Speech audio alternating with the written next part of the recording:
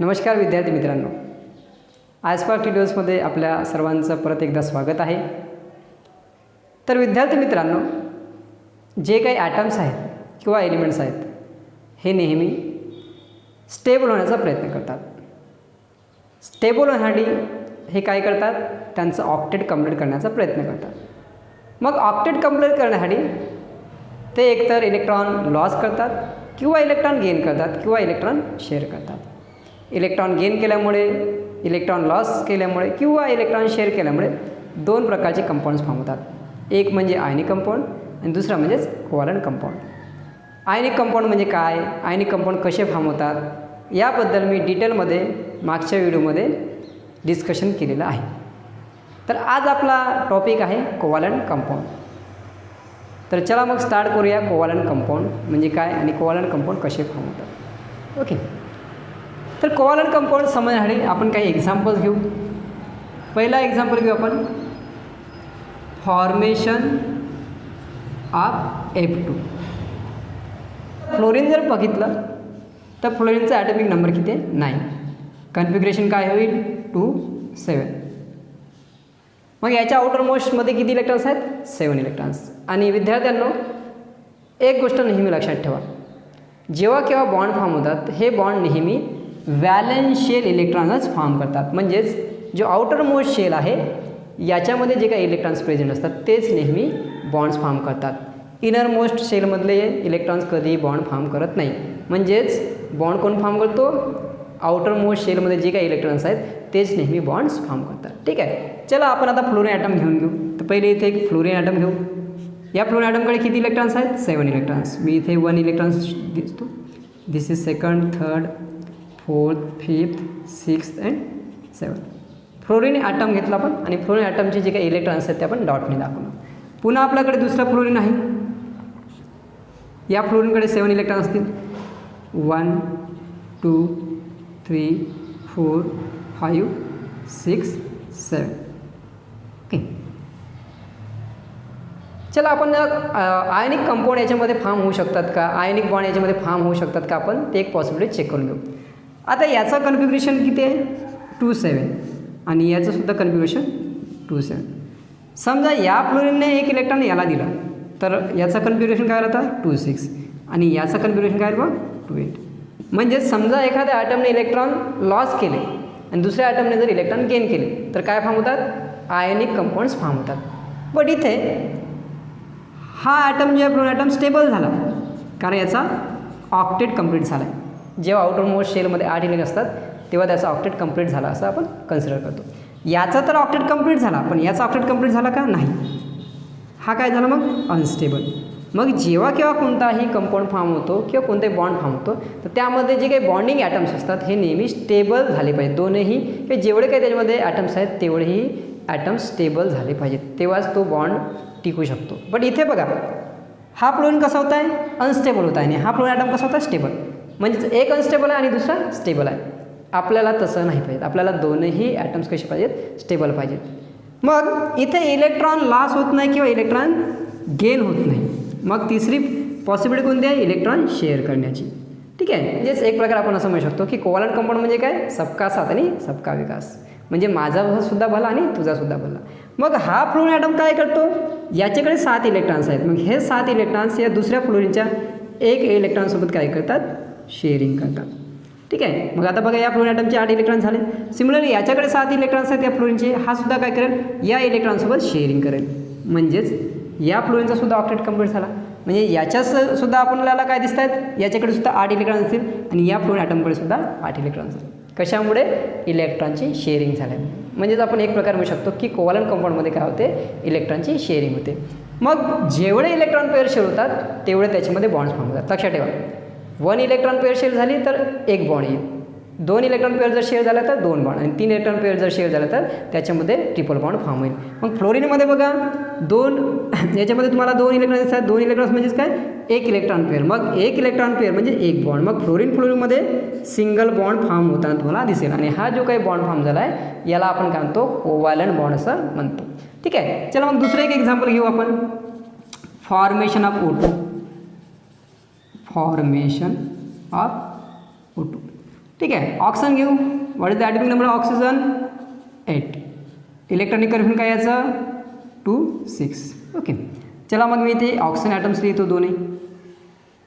याच्याकडे 6 इलेक्ट्रॉन आहेत. 2 4 6. याच्याकडे सुद्धा 6 इलेक्ट्रॉन्स आहेत. 2 4 6.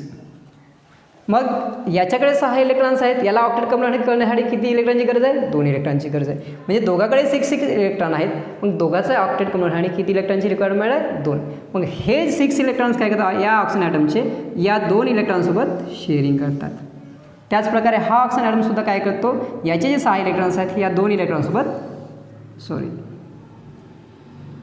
हा ऑक्सिजन ॲटमसुद्धा काय करतो? या ऑक्सिजन ॲटमसोबत शेअरिंग करतो. ठीक आहे. किती इलेक्ट्रॉन पेअर शेअर झाल्या? 2 इलेक्ट्रॉन पेअर शेअर झाल्या. 2 इलेक्ट्रॉन पेअर शेअर झाला म्हणजे यांच्यामध्ये किती बॉन्ड्स फॉर्म होतील? 2 कोव्हॅलेंट बॉन्ड फॉर्म होतील. ठीक आहे. ऑक्सिजन म्हणून लक्षात ठेवा ऑक्सिजनमध्ये नेहमी काय असतो? डबल बॉन्ड असतो. ठीक आहे. परत एक एक्झाम्पल घेऊ. Third example, formation of nitrogen. ठीक आहे. What is the atomic number of nitrogen? 7. कन्फिग्युरेशन काय मग? 2 5. ठीक आहे. मग आउटर मोस्ट शेलमध्ये किती इलेक्ट्रॉन्स आहेत त्याच्या? 5 इलेक्ट्रॉन्स. ठीक आहे. चला आपण इथे दाखवू. नायट्रोजन 2 नायट्रोजन ॲटम घेऊ. याचे 5 इलेक्ट्रॉन्स घेऊ इथे. ठीक आहे. 3 and 2 5. त्याचप्रकारे याचेसुद्धा आपण इलेक्ट्रॉन घेऊ. 1 2 3 4 5. ठीक आहे. मग याच्या व्हॅलन्स शेलमध्ये आउटर मोस्ट शेलमध्ये 5 इलेक्ट्रॉन्स आहेत. आता 5 इलेक्ट्रॉन्स आहेत म्हणजे याला ऑक्टेट कंप्लीट करण्यासाठी किती गरज आहे? 3 इलेक्ट्रॉनची. मग हे दोनही नायट्रोजन ॲटम काय करतात? एकमेकासोबत 3 इलेक्ट्रॉन्स पेअर काय करतात? शेअर करतात. ठीक आहे. झाले 5 + 3 8 आणि याचेसुद्धा 5 + 3 8. म्हणजेच दोघांचा ऑक्टेट काय झाला? कंप्लीट झाला. कशामुळे ऑक्टेट कंप्लीट झाला? इलेक्ट्रॉन शेअर केल्यामुळे. ठीक आहे. मग बघा आता इथे किती इलेक्ट्रॉन पेअर आहेत? 3 इलेक्ट्रॉन पेअर आहेत. 3 इलेक्ट्रॉन पेअर म्हणजे किती बॉन्ड फॉर्म व्हायला पाहिजेत? ट्रिपल बॉन्ड याच्यामध्ये फॉर्म व्हायला पाहिजेत. म्हणजेच नायट्रोजनमध्ये काय असतो? ट्रिपल बॉन्ड असतो. का बरं ट्रिपल बॉन्ड असतो? कारण त्याच्यामध्ये काय असतात? 3 इलेक्ट्रॉन पेअर शेअर असतात. ओके. मग याच्यावर आपण काय म्हणू? कोव्हॅलेंट कंपाऊंडचे डेफिनेशन काय म्हणते? The compounds which are formed by the sharing of electron pairs are called as covalent compound. म्हणजे ज्या कंपाऊंड्समध्ये इलेक्ट्रॉन पेअर शेअर होतात त्यांना आपण काय म्हणतो? कोव्हॅलंट कंपाऊंड्स असं म्हणतो. आणि कोव्हॅलंट कंपाऊंडमध्ये जो काही बॉन्ड असतो त्याला आपण कोव्हॅलंट बॉन्ड असं म्हणतो. मग कोव्हॅलंट बॉन्ड कशाला म्हणता येईल? The bond which are form by the sharing of pair of electrons are called as covalent bond. ठीक आहे. तर मग नेहमी लक्षात ठेवायचं की कोव्हॅलंट बॉन्डमध्ये काय होते? इलेक्ट्रॉनची शेअरिंग होते. ठीक आहे. तर आपण नेक्स्ट एक्झाम्पल घेऊ. Formation of methane molecule. ठीक आहे. What is the formula of methane? CH4. ठीक आहे. चला आपण इथे सेंटरमध्ये कोण आहे? Carbon. What is the atomic number of carbon? 6. कन्फिग्युरेशन काय याचं? 2 4. मग याच्या आउटर मोस्ट शेलमध्ये किती इलेक्ट्रॉन्स आहेत? 4 इलेक्ट्रॉन्स. चला आपण दाखवू इथे. कार्बन 1 2 3 4. ठीक आहे. कार्बनचे 4 इलेक्ट्रॉन झाले व्हॅलन्स शेलमधले. आपल्याकडे 4 हायड्रोजन आहेत. 4 हायड्रोजनसुद्धा 4 इलेक्ट्रॉन्स असतील. ठीक आहे. ते सुद्धा आपण दाखवून देऊ इथे.